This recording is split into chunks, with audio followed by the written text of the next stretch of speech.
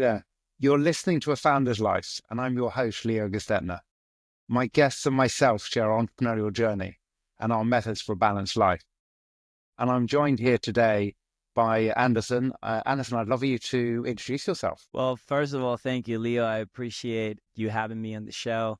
I know we've been going back and forth and chatting for quite some time, so I love to be here. Yeah, my name is Anderson Salgado. I'm an entrepreneur, veteran turned entrepreneur. My history is a little long, but I'll give you kind of the 30-second elevator pitch. So I'm a veteran, Marine Corps veteran, served 12 years in the Marine Corps. I was also recruited by Amazon when I finished my MBA to lead one of their categories. They have a clever way of recruiting. And after 8 different interviews, Amazon recruited me to be the leader of their beauty category that turned later into professional and premium beauty. And I left Amazon, started my own agency.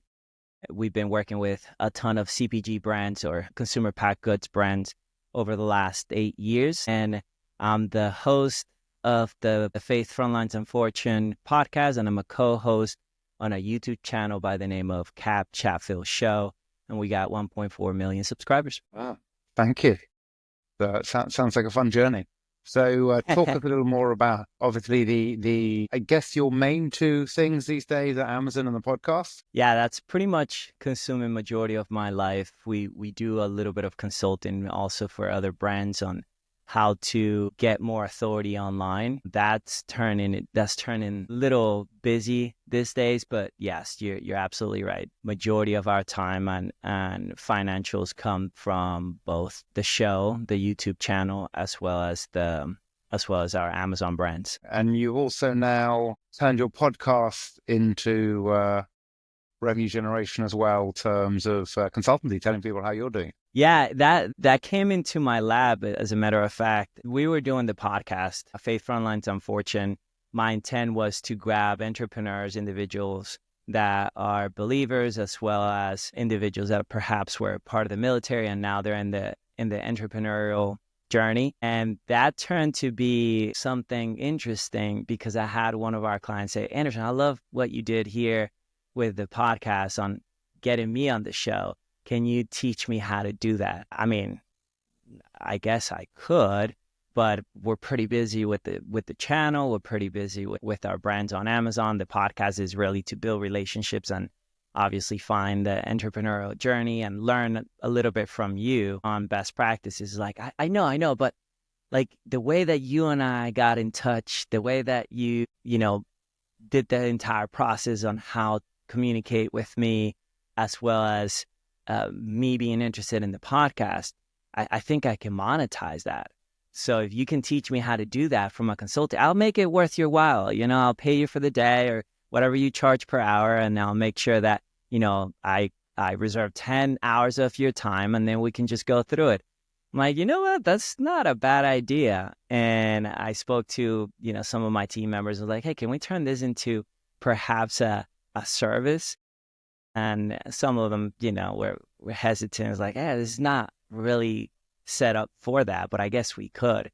So we're still kind of putting all the pieces together and improving on a daily basis. But yeah, that's another thing that is turning right now as of January of 2025, where we turned it around and said, yeah, maybe this is a good service that we can sell. So we've been entertaining more and more that capability, and it's turning into a pretty fun project. That's really the entrepreneurial journey, isn't it? It's you're ducking and diving and following where it leads. It's you start with one thing and then you're like, well, this actually really makes sense, and I can make money doing this and have a bit of fun and head that direction. Yeah, totally. I like the quote, be stubborn on your mission, flexible with the details. So oftentimes us as entrepreneurs, and you can probably attest to this, when we're too stubborn and we're not flexible in a particular vision, we still want to make sure that vision is alive, but the way that we get there perhaps is different. So we have to be a bit flexible on the journey, but the destination remains the same. I have an analogy that I've used in the years where think about it as you traveling down to a national park. Let's say that, you want to go to Yellowstone National Park. So that's your destination. You still want to get there, but what car we take or what sandwiches we pack, it's completely up for, our the moment, right? So perhaps it's more ideal to go in the SUV with the kids, right? But if you want to save some money, maybe you go into the little car. So the destination has not changed, but how we get to that destination it's always flexible. And that's what I've been applying into my entrepreneurial journey, where we're getting to the same destination, or the destination has not changed, but oftentimes how we get there it's the fun part, right? Is that element that spice up your day and it gives you that element of adventure. So as I mentioned, I got into this thing thinking that it would be a cool conversation with a bunch of entrepreneurs, and all of a sudden it's like, hey, I want to know how you actually got this done. See if you can teach it to me, and it's turning into a project on its own. I think that sounds fun and sounds exciting. It's allowing you to find new ways to grow the business and meet new people. Always the fun thing on these kind of podcasts. Talk to me about family. What does sort of family mean to you? And you also your kids. Yeah, I always say I'm third. So I'm a firm believer that God is first, family second, I'm third. And my wife, luckily, she has that same mantra. She lives that same model 100%. So I've kind of learned over time. I'm divorced. I got remarried, and the same mistakes that I had in my first marriage, I don't want to ever make in my current marriage. So one of the things that I put aside, it's pride. And oftentimes as men, as you probably know, we want to do certain things our way. For me, I'll give you an example. For me, I'm a very stubborn individual. I want to do things certain way. I am a neat freak, organization, enthusiast. And the problem with that oftentimes is that there isn't a lot of room for mistakes and flexibility within my household. But my wife is so amazing. She has the ability to kind of maneuver through that complexity. And it's like, hey, baby, why don't you do this and I do that? And that has turned into the best friendship relationship that we could have ever built. So to answer your question, I am here to serve my family. And oftentimes I apply that same methodology with my friends and partners. Because if I have a great relationship with someone, I want to serve them. And if it's reciprocal and we're on the same level, then they're going to serve me as their partners. And that has worked really well. Have I been burnt in the past because of it? Absolutely. But I think that's the beauty of life. So family for me is my wife, 2 kids, and then I got one on the way and a dog. My older kids from my first marriage are soon to be 12 and 15. Now I got one on the way, so we'll have a huge gap. We'll have a 15-year-old and a newborn, and then I got a 3-year-old puppy who's amazing. She's a golden doodle, and family is great, man. One of the beautiful things about family is if you really want to find purpose in life, have kids. It gives you a different perspective of everything. And look, if you're the type of person like, I don't ever want to have kids, I'm happy, I like traveling, that you're living a different world in comparison to those of us who have kids, because it teaches you so much on being patient, being gracefully given a lot of that patience to your kids as well.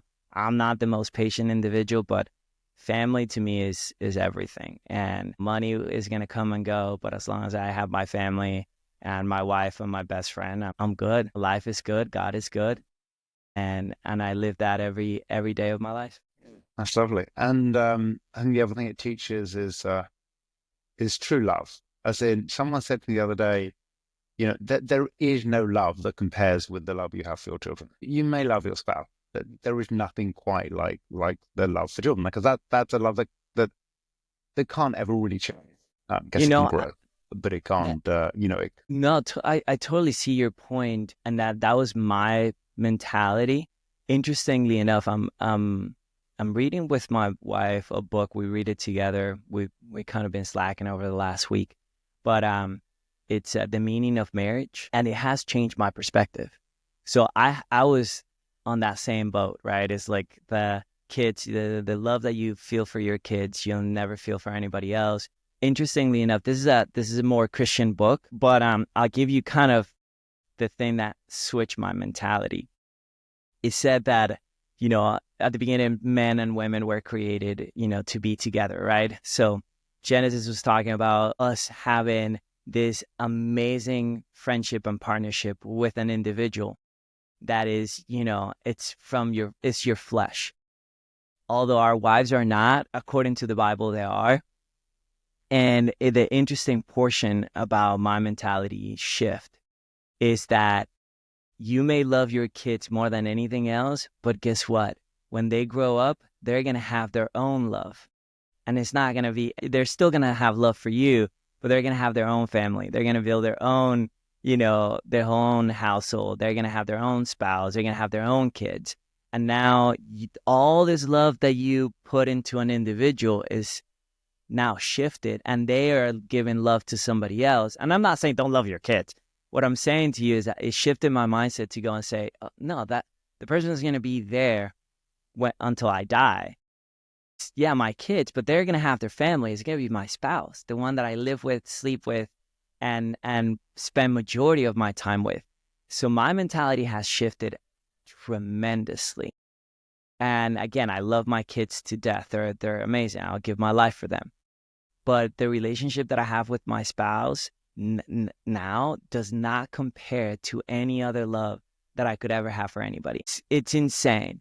And I know, a lot of people are going to say, well, what if, get divorced? What if that we don't talk about it? It's not in our vocabulary. It'll never happen. And never say never, Anderson. Was like, well, I'm telling you right now, it's sealed, right? And the reason why I say that, Leo, and I know it's going to be controversial to a lot of people, from a guy who got divorced in the first place, right, is I want to live a different life than what I ever had. And that different life needs to be projected. And if I don't say it, and if I just keep it to myself, it's not going to happen, right? So to me, that mentality shifted so drastically to the point where I said, okay, so my spouse is my best friend lover. And that's the person that I'm going to spend the rest of my life with. My kids, I love them. They'll be there. I'm always going to have them, but they're going to build their own family. And I need to be content and live with that decision. So you're right. The love that you have for your kids is something different, but I shifted my mindset where my wife is my best friend, and my lover, and we're building something great together, and hopefully that lasts a lifetime. But I'm hopeful. I think that book, I recommend it to anybody. If you're married, the meaning of marriage, and it just shifts your perspective so drastically that you'll never see your spouse the same way. I'll have to have a look at the book. Yeah, and some of that might be a discussion for another different time. podcast. That can be a whole discussion on. I've done a lot of work in this kind of world as well over the last few years. But for me, if I look at my deep meaning, sort of purpose in life, what do I want to leave this world with? For me, if I leave this world with two happy, healthy, well-adjusted kids, I've left the world in a much better place than I arrived it. Totally agree. That there's nothing more important to me. My kids are 19 and 22 now, and I'm happy to say I still have a very close relationship with them. And actually, my 22-year-old, my daughter, is a business partner co-founder in a new business that I'm launching as well. That will be live. We're launching together, and it'll be live in April. It's a new health app. Amazing. Not only we've always had a great relationship, but on top of that, now we're working together. So it's even more of a reason to talk nonstop. And I love it. And I just love that relationship I have with the kids. To me, as I said, I understand 100% what you're saying, and the beauty is, I think everyone needs to find their center point, their balance. To me, a lot of that, it's lots of things. It's good friends. It's it can take lots of different shapes, but for me, my children have always come first, and I think for me, always will. And I respect that, and I think that's a purpose, driven life. when you're trying to, as you mentioned, leave the world better than what you found it. So I think kids are extremely important. Our youth is important. And 19 and 22, you said? They're the future, man. I'm telling you right now, oftentimes I hear individuals saying, it's like, oh, this new generation is so screwed up. This new generation doesn't appreciate, they're entitled. And one of the things that I heard recently was more driven on, no, actually change the narrative. We got to say, no, they're the future. This generation needs a lot of learning, but they're the future. Like, let's encourage them, not put them down, because our life and our world depends on it. So if you're saying that they're screwed up and they're going to ruin everything, then that's not giving them a lot of hope for the future, right? So I like your mindset where saying, I yeah, think you're right. And I mean, you are right. And the problem is it's not that they're screwed up. It's that they have a different value system. And by the way, we had a different value system than our parents had that's right. and our grandparents had. I think one thing that people criticize a lot is work ethic of the next generation. Let's call it Generation Z. I think that your youngest would even be is it Generation Alpha? I don't Yeah. know what they're calling the next So one. my 15-year-old is Z. My daughter is like in between the two, Alpha and Z. And then my new one is gonna be Beta. So I got three. Okay, you're old. You got 3 generations of kids. Um, and you're a millennial, I'm assuming. In I terms of am. you still fall into that. See, I'm Gen X. The interesting thing for me is I actually think that Gen Z have their work ethic. I actually like it. What I think has changed, and yes, there's some that have a terrible work ethic, but to be honest, I can say that with people in any generation. But I think the difference is they said, actually, there should be a work-life balance. So I think in our parents' and grandparents' generation, there wasn't a work-life balance. I think, and then you get into our generation in some ways, and I know we're slightly different generations, but give or take, I think, you got into a place where work could be nonstop because of technology. And I think Generation Z are saying, you know what? Actually, I want a work-life balance. There's no point in working unless I get the life that comes with it, the fun. Um, I've got a friend who's an emergency room doctor, and he said to me, problem with the next generation is they come in and they don't want to work 80 hours a week. Well, the problem is there should be nothing wrong with that. Why should they have to work 80 hours a week? Except, this is a much longer discussion, because of the cost of education, they sort of have to work 80 hours a week because they're never paying off their education.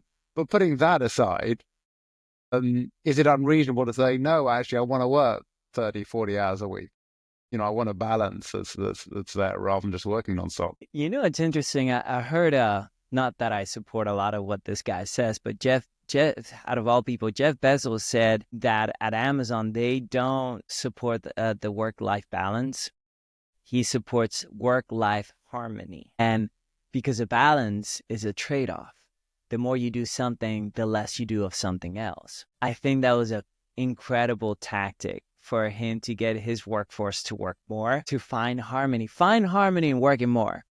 What I found, at least in my experience, is, yeah, a balance in theory to me sounds really good, but I think there is a little truth of what he was saying, because oftentimes what we have, and then this is going back to the entitlement portion, is wanting to have something without making some sacrifices. I'll give you a prime example. My son the other day, he's like, hey, Dad, can I have some money? I'm like, no, but you can work for it.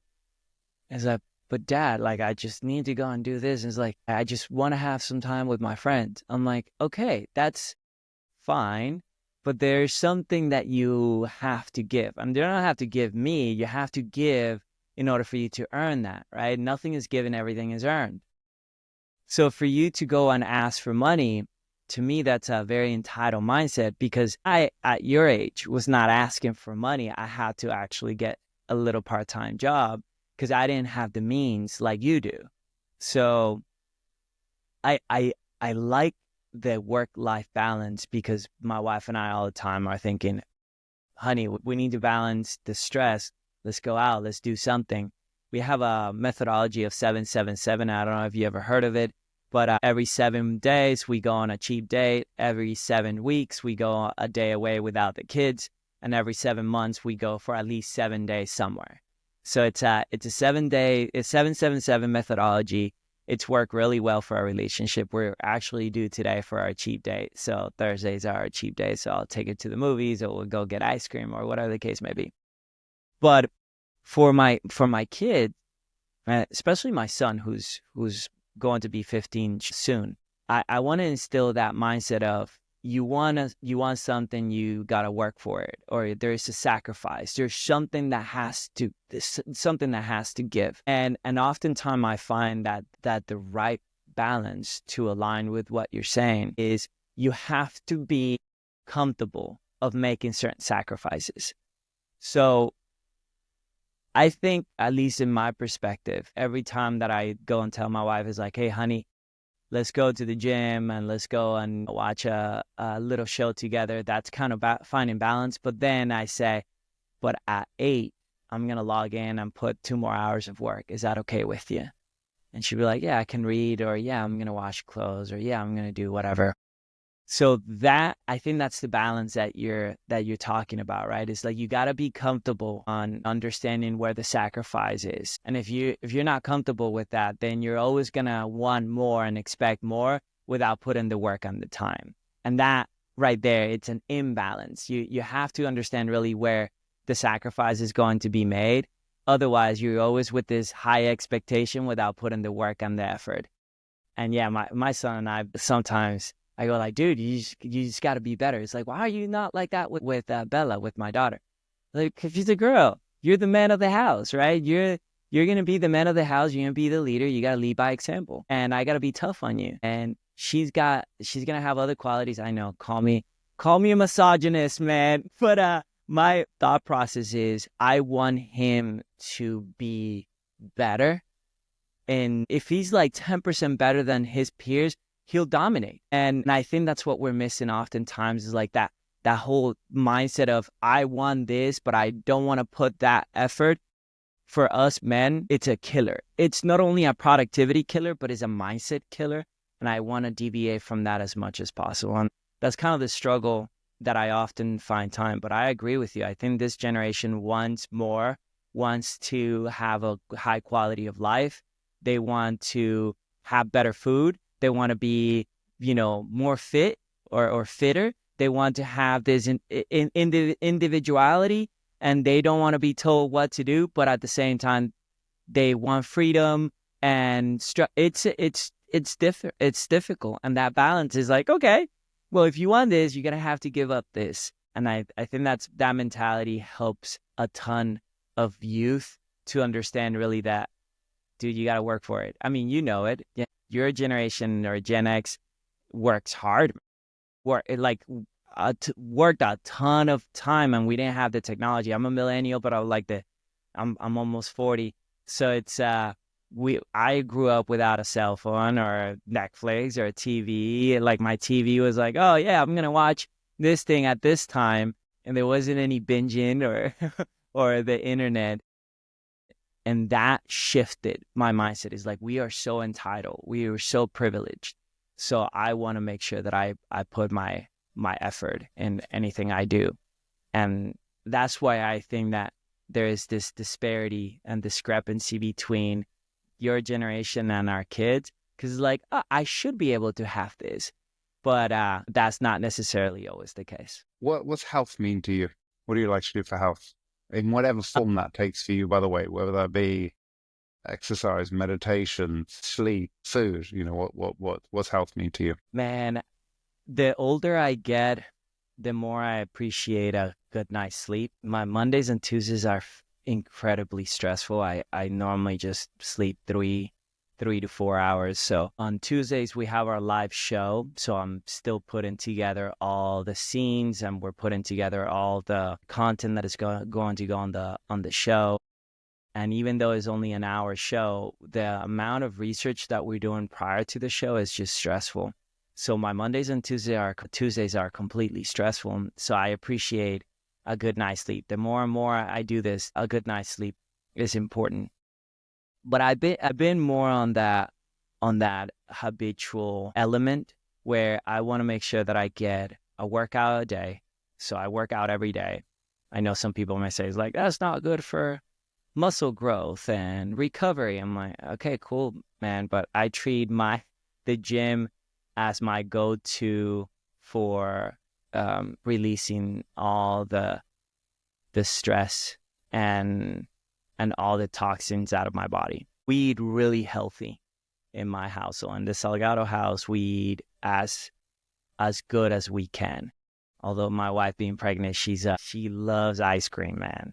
So oftentimes, like last night, she's like, I'm going to have a little bit of ice cream. I'm like, I guess I'm going to have a little bit of ice cream too. But we eat as healthy as we can. She tracks all her calories, so I don't track my calories. But the best way that I found for me not to have to track my calories is that I skip lunch. I have a snack in the form of lunch, and then I have a very heavy breakfast, a very heavy dinner, and then my protein shakes here and there. So health for me means a good night's sleep, eating really well, having a workout a day. Even if I don't go to the gym, I want to go run outside. I'll take my dog to the park, or I'll do something where I'm active. Mental health, on the other hand, is I truly believe in quality time. I like to spend quality time with my wife.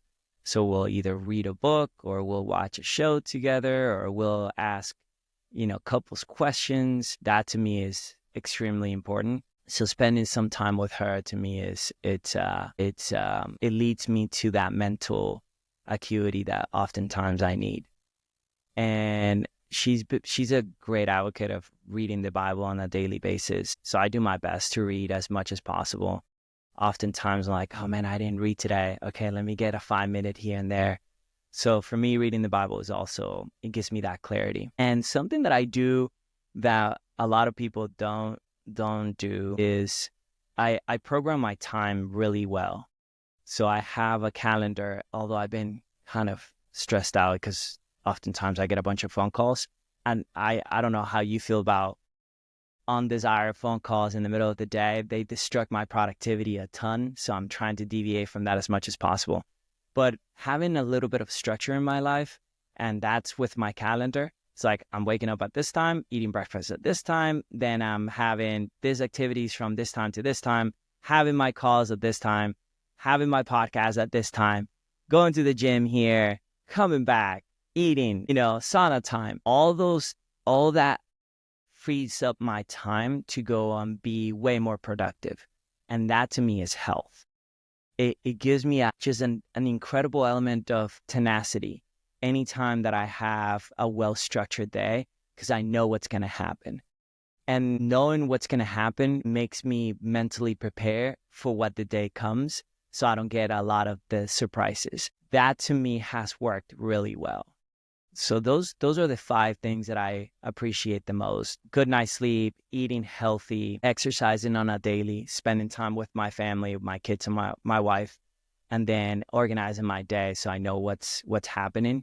It gives me that mental acuity that I often need. And then most importantly, just having the word on a daily basis, I think is incredibly powerful. Sounds very structured. What do you like to do for fun? Gym is life for me. But like I said, we do the 7-7-7. So my wife and I will plan getaways. Last time we went to Idaho. She's like, hey, what do you think in our 7-week we go to Idaho? I'm like, what's in Idaho? She's like, I don't know. So we went to the Museum of Clean. Dude, I know it sounds ridiculous. It's a museum and you see a bunch of vacuums from the 1980s and you see like what people used to clean with. So to me, that's health, right? It's just being very spontaneous whenever we have our dates, whenever we have our time. So we'll go and we wanted to go do horseback riding. I'm like, well, you're pregnant right now, so let's wait after you're pregnant. But those are the type of things that we love doing, right? Just being spontaneous and thinking outside the box. We'll go to the south of Utah where, you have all those national parks. Like, hey, let's just get away tomorrow. Let's rent an Airbnb and then we'll go for a hike. Okay, that sounds good. So that whole flexible aspect of just being spontaneous to me is awesome. And traveling, man, I love traveling. Anywhere we can go, anywhere we can go to a foreign country where we don't speak the language, where I'm in the plane trying to digest as much as possible for that language, and then getting in there and eating some crazy food that we've never tasted before. To me, that's fun. And I wish I could do more of it, but obviously we got to build a business. We got to build the lifestyle, obviously, that we want to support. But travel would be one of those that I say, if I could do anything and money wasn't an issue, I would be traveling all the time. That's the advantage of having 19 and 22-year-old kids versus about to have a newborn. I can travel. I'm talking to you from Portugal, because why not? That's awesome, man. Are you good at turning off? Can you actually stop working? Can you say, you know what, taking a break in whatever form, whether that be for a few hours, whether that be for a few days? Man, I think that's my biggest issue. I'm a workaholic. I do take my breaks pretty structured. Again, at noon, I'll have my coffee break. I'll spend a few minutes with the wife and then go back to work. So short breaks are normal for me. Long breaks are very difficult. I'm tied to my phone. I'm tied to my computer. That's oftentimes one of the things that I reflect on. I'm like, I'm a slave of my work. And as you probably know, in the US, we have this crazy mindset of, we live to work, not work to live. And every time I travel to Europe, especially Italy, I see their lifestyle. And oftentimes I envy that lifestyle because these individuals have way less than we do. And they live so much happier than we do. It's something I struggle with. Certainly something that I struggle with. Certainly something that I need to be better at. And I think a lot of us do, especially again in the US, if you're in the tech world, if you're in the finance world, you're glued to your work and your work is your identity. And that's why you see a lot of depression among professionals and individuals who retire and they don't know what to do. I don't want to retire and then just buy a motorhome and drive around or watch TV or watch football every weekend. I don't do that, right? I want to have that active retirement where I never have to work again, but I do it anyways. Perhaps in a more passive way, but it's a struggle. It really is. Oftentimes, and I see it with my partner, Cap, and he's right now in Mexico, but he's like texting me, hey, what's going on with the analytics? What's a click-through rate? And I'm like, dude, just go relax. I got it. I think is also our generation. We're glued to, listen to the statistic. Our generation is glued to the phones and content. We consume approximately. Dude, when I listened to this thing, I was just shocked as you're going to be. We consume approximately 82 hours of content per week. Wow. Wow is right. 82 hours of content on average per week. That's insane, man. And I believe it, right? Because I even do it. I'm like cooking and put a podcast on, or I'm going for a walk with my dog and then I'm listening to something. I'm listening to the news. And granted, that's my job too, because the show demands it. Like I have to be up to speed with all the news and what's happening in, especially in America. But the problem that you have is that you're constantly being bombarded with information. And one of the things that my wife said the other day is like, did you let your brain rest? Honey, sometimes it's just good to be in silence. Sometimes it's good to not have anything connected to you. Disconnect. And I'm like, you're right. So anytime that we go on a walk, I leave my phone behind, or there's no phones at the table, or hey, we're eating dinner. No, like everybody's tell me about your day.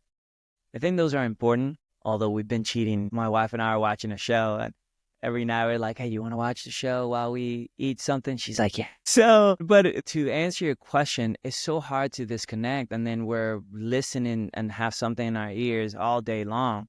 And now we're walking around like zombies, especially our kids. So I want to make sure that I'm more intentional on that. So I'm working on it. It's not easy, as I'm sure. Obviously, the rhythm, especially when you're trying to build a business and you're trying to do a lot more. You're constantly plugged into something, but I need to be better. I need to be better at disconnecting from work and getting away from the grind and just be in my own thoughts or spend time in nature, not constantly being bombarded by content and ads and whatever the case may be. And the lack of time off that you talked about resonates. Where, yeah, in America, people will get like 10 days off a year, and it's sort of like a badge of honor not to take it. And public holidays, some public holidays are truly public holidays, but probably half the public holidays in America, businesses are still open for. In Europe, yeah, there's a lot more holiday, and there's nothing productive about the American method of working, about barely taking 10 days off, actually taking less. There's actually nothing productive about that. People think you're more productive because you're working more. No, you actually do need breaks. I mean, I'm actually a big believer in taking holidays. It's probably because I'm British, but I think you do need to.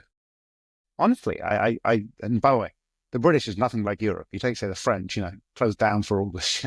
but the Italians do too. Like a whole month of August, they close everything down and then they do the 2 weeks on, 2 weeks off. It's madness. But yes, but putting that one aside, I do think, most of Europe, your sort of 20, 25 days of holiday plus public holidays, I do think that's healthy.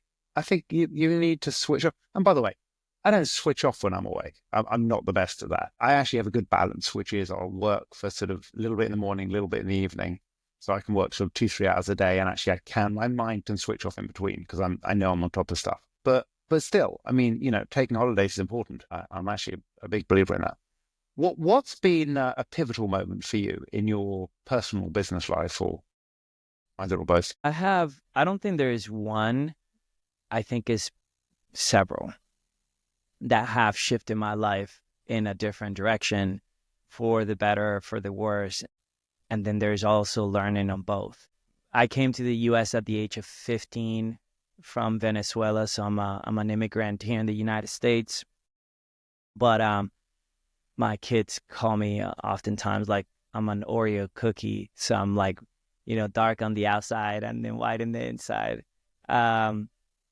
Because I have like the American flag in my car, my phone, it's got an American flag on it. I can put the American flag everywhere I can of like a super, conservative patriot, right? But I think that was pivotal in my life. It completely and drastically changed not only my lifestyle. I came to the U.S. I didn't speak the language. I was very isolated. I live in an area where I didn't have any neighbors. We didn't grow up with any of the financial means that I have today and my kids have today. And I was very isolated too because I'm an only child. I have a half brother from my dad's side, but I kind of met him when I was already an adult. So it was truly my dad and I, and we lived in a little house that my story is so interesting, man, because we lived in a little house that my dad furnished and fixed up, and it was a shed. Like it was one of those equipment sheds, and he turned it into a little house, 2-bedroom, 1-bath, kitchen. I think that the total square footage I don't know what it's in meters, but square meters, but the square footage of the house was like 600 or 700 square feet. This is a tiny place for the two of us. My mom still lived in Venezuela, and she would come visit so often because she was getting her master's, and it was just my dad and I. And this is my stepdad, but I grew up with him, so I call him Dad. And the interesting portion to me about that pivotal moment is that I realized how your life can shift so drastically in one day. So we lived a comfortable life in Venezuela. My whole family came from a well-educated, I don't want to say wealthy, but at least upper middle class. My grandfather was a doctor. My grandmother was a professor. My other grandfather was a colonel in the army. Again, we came from a well-positioned family. Then I come to the States and we have nothing, and I live in a shed with my dad. I don't speak the language, and we're in a somewhat poor neighborhood in Homestead, Florida, which is, if anybody's listening and you're from Homestead, Florida, right? Right now it's a little bit better, but back in the day, 2001, it wasn't it. make a long story short, I realized how everything is so temporary. Everything in life is so temporary, man. Everything is borrowed for a little bit of time. You think you have a car and then, like that car gets repossessed or you lose it or God forbid you get in a car accident, you no longer have the car and it switches like in a heartbeat. So to me, that was a major wake up call. I was 14 when I came, not 15 when I came, turning 16. And I remember, one time my dad, we didn't have a car and we're taking the bus to go buy groceries. And I made a comment to him that even to this day, I regret. I'm like, Dad, we're so poor. And he turned around with this face and he's like, how dare you say that? Like, we are, look, we're taking the bus to go buy groceries and we don't have a car and it's 100 degrees outside and we're going to walk a mile to go to the house. And he's like, you got both your legs, right? You got both your arms. You got all your toes and fingers and you're healthy and you have food. Dude, you're like among the top 3% of the world. And to me, that was impactful as a young kid. But it kind of made me realize, like, hey, he's right. Maybe it's not that bad. And then I go in the Marine Corps and then I go through a bunch of different other things. And then I get recruited by Amazon and then I go through a bunch of different things. And then I build my business and I go through a bunch of things and I go through a divorce and that's another thing. And then I get remarried and all those things made me realize that, dude, it's not that bad. You're not dying, you're not getting shot at, you're not being persecuted. You have 3 meals a day, you have a house, you're healthy. It's not that bad.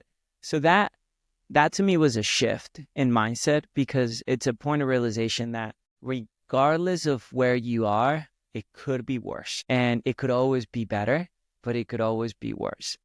So I'm living that as a testament today where, okay, this could be so much better, but it could also be so much worse. So that's kind of the framework, man. I'm living a great life. Business could always be better.